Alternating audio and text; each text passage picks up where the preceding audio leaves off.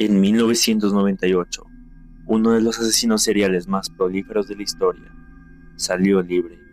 Había confesado cientos de asesinatos. Las autoridades conocían su nombre, conocían su rostro, conocían gran parte de sus crímenes, y aún así fue liberado. Desde entonces, nadie sabe con certeza dónde está. Su nombre era Pedro Alonso López, bautizado por la prensa como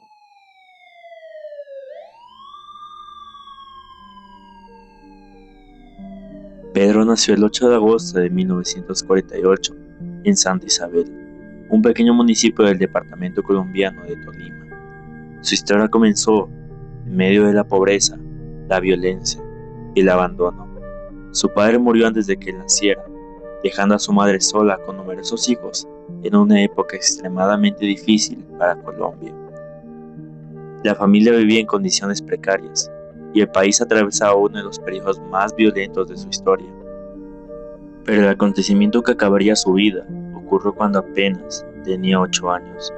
Según los relatos más difundidos, un día la madre de Pedro lo sorprendió realizando tocamientos inapropiados a su hermana menor.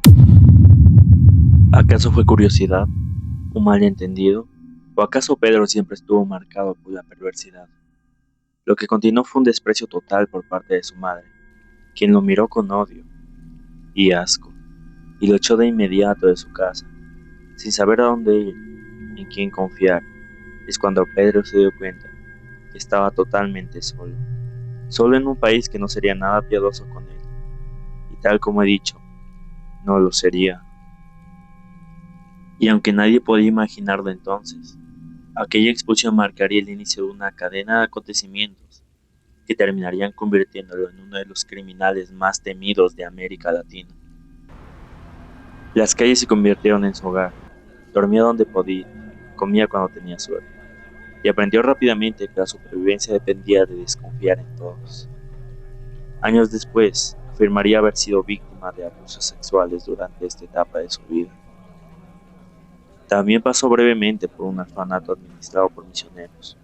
Por un momento parecía que tendría una oportunidad para rehacer su vida, pero aquella esperanza duró poco. Según sus declaraciones, también sufrió abusos dentro de la institución. Terminó escapando y regresando nuevamente a las calles. Mientras otros niños asistían a clases, Pedro aprendía a sobrevivir entre delincuencia, violencia y abandono. Con el paso de los años comenzó a involucrarse en actividades criminales menores, pero todavía nadie imaginaba en qué terminaría convirtiéndose. En 1969 fue arrestado por robo de automóviles y enviado a la cárcel de La Modelo, en Bogotá. Lo que ocurrió allí marcaría el resto de su vida. Según los reportes del caso, apenas tenía 2 días después de ingresar a la prisión, cuando fue atacado por 4 reclusos. 4 reclusos que le hicieron lo impensable.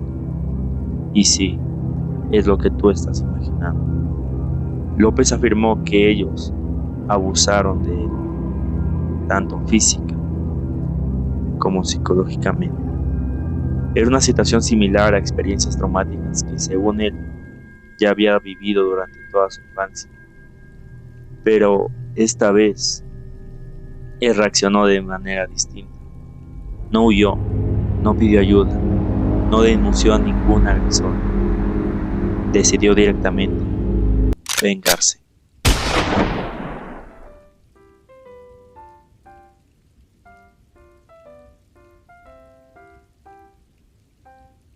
Durante los días siguientes comenzó a observarlos, estudió sus rutinas, esperó el momento adecuado y cuando tuvo la oportunidad, atacó. Utilizó armas improvisadas fabricadas dentro de la prisión. Asesinó a varios de los hombres involucrados en la agresión. Lo más sorprendente es que algunos funcionarios consideraron aquellos homicidios como actos de legítima defensa. La condena apenas aumentó, pero algo había cambiado para siempre. Aquella experiencia parece haber destruido cualquier límite moral que aún conservase. Había descubierto que podía matar y que podía hacerlo sin remordimientos. Cuando salió de prisión, ya no era simplemente un delincuente, era un depredador. Crimen de crímenes A finales de los años 70 comenzó a recorrer distintos países de Sudamérica. Su ruta criminal atravesaría Colombia, Perú y Ecuador, y detrás de él comenzaría a acumularse un rastro de desapariciones. Su objetivo siempre era el mismo: niñas, generalmente menores de 9 y 12 años. Buscaba víctimas de familias humildes o comunidades alejadas donde las desapariciones recibían poca atención. Las abordaba en mercados, plazas o calles concurridas. Les ofrecía dulces, pequeños regalos o dinero. Luego las convencía de acompañarlo y desaparecían. Durante años repitió el mismo método una y otra vez. En Perú encontró un escenario perfecto para continuar con sus operaciones. Recorrió zonas rurales e indígenas, donde muchas desapariciones ni siquiera llegaban a ser investigadas. Según sus propias confesiones, durante esta etapa asesinó a cerca de 100 niñas, pero entonces ocurrió algo inesperado y estuvo a punto de morir. Mientras intentaba secuestrar a una niña cerca de Ayacucho, fue descubierto por los pobladores. La comunidad reaccionó de inmediato, lo capturaron, lo golpearon brutalmente y lo arrastraron frente a los habitantes del lugar, y finalmente lo enterraron hasta el cuello. Su destino parecía sellado. Según diversos relatos, los pobladores planeaban ejecutarlo allí mismo. Pedro Alonso López estuvo a pocos minutos de morir, pero entonces intervino una misionera extranjera. La mujer convenció a la comunidad de entregar a la policía. Lo que parecía el final de la historia terminó convirtiéndose en uno de los errores más graves de todo el caso. Las autoridades no investigaron a profundidad, no conectaron las desapariciones, no descubrieron quién era realmente, no comprendieron el peligro que él representaba. Simplemente lo deportaron y lo dejaron libre. Sin saberlo, acababan de devolverle la libertad a uno de los asesinos seriales más peligrosos de todo el mundo.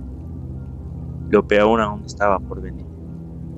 Poco después llegó a Ecuador y fue allí donde alcanzó el punto más alto de su carrera criminal, si es que a eso se le puede llamar así.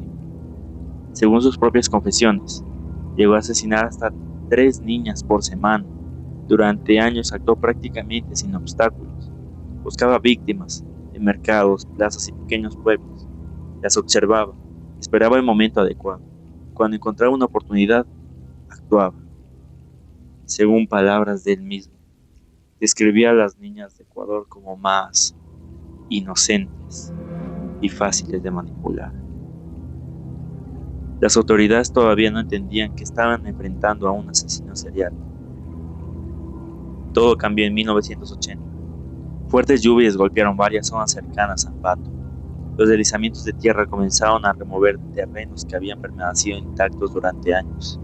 Y entonces ocurrió algo terrorífico. Los restos de varias niñas desaparecidas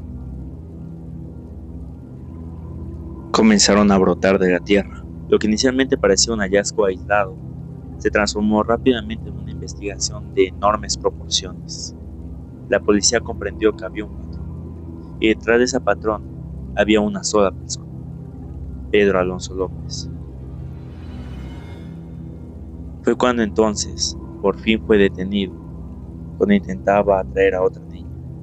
Al principio guardó silencio, no confesó nada.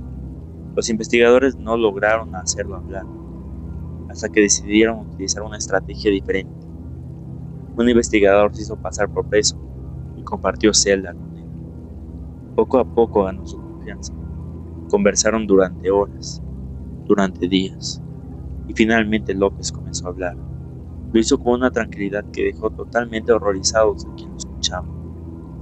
Comenzó a describir asesinatos, lugares, fechas, víctimas, y después empezó a señalar dónde estaban enterradas.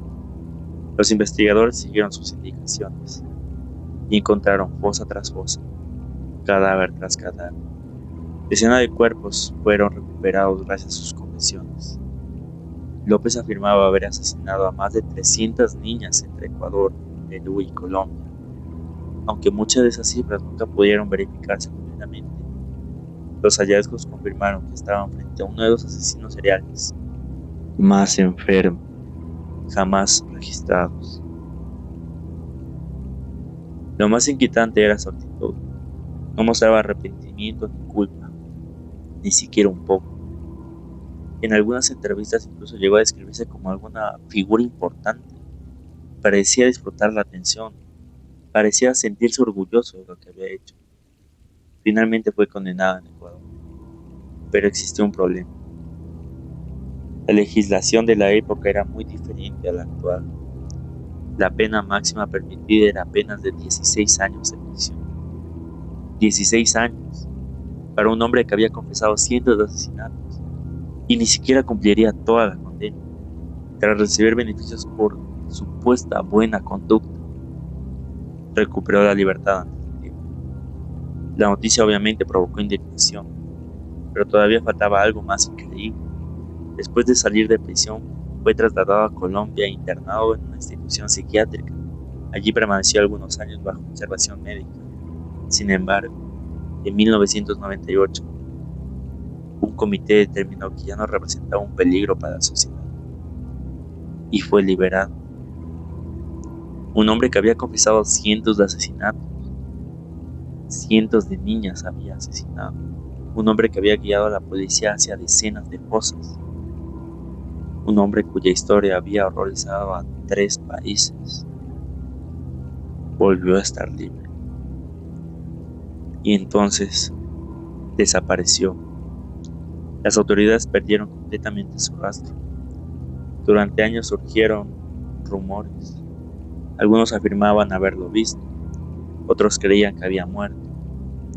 En 2002 incluso volvió a ser considerado sospechoso en un crimen que recordaba a su antiguo modus operandi, pero nunca pudo ser demostrado. Hasta el día de hoy nadie sabe con certeza dónde terminó Pedro. Tal vez murió hace años, tal vez logró ocultarse para siempre, o tal vez pasó décadas viviendo bajo una identidad diferente. Lo único seguro es que detrás de su nombre quedaron cientos de víctimas, innumerables familias destruidas y uno de los mayores fracasos judiciales de la historia.